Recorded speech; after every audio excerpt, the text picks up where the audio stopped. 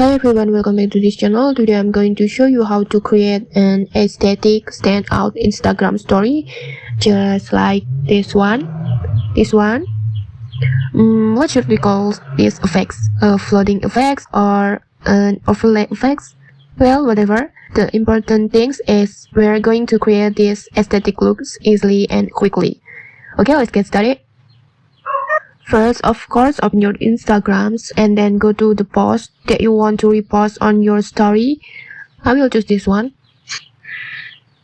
Add to story, and then next, position it the way you want. Then take a screenshot of your story and then crop the white border that around it. Like this, just take a screenshot and then crop the white border.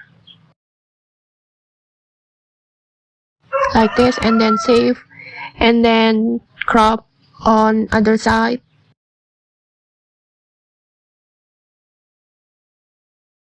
Like this, and then save, and then go back to choose your photo that same as this post. Then position it as you want, maybe like this, and then upload your screenshot of your border that you took before, this one, and then position it as you want. Make sure that both border has a same size, like this,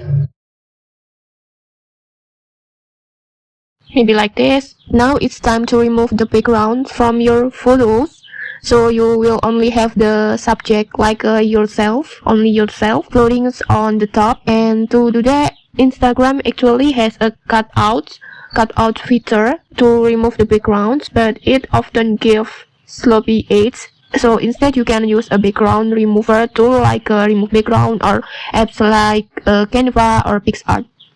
In this tutorial I will use a PixArt, so open your PixArt, then go to the remove background, choose your photos, and then save. Go back to your Instagram apps and upload the cutout image on top of your story, like this. And adjust the position and size so it's overlay perfectly and matching the first photos.